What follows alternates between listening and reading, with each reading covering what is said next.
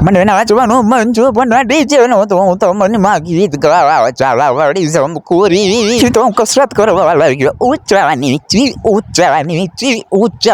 પછી તો હું કેમેરામેન ડિસ્કો કરવા લાગી પછી મને દિલ ધક ધક થવા પછી હું શરમાઈ ગયો હું તો દિલની પાછળ થઈ ગયો મને બહુ ગરમી તો કોક પંખો તો લાવો બહુ ગરમી પછી તો પંખો રોકેટની જેમ લેવાઈ ગયો મેના પંખો પવન ખાતું થું જમી લીધું તો મારી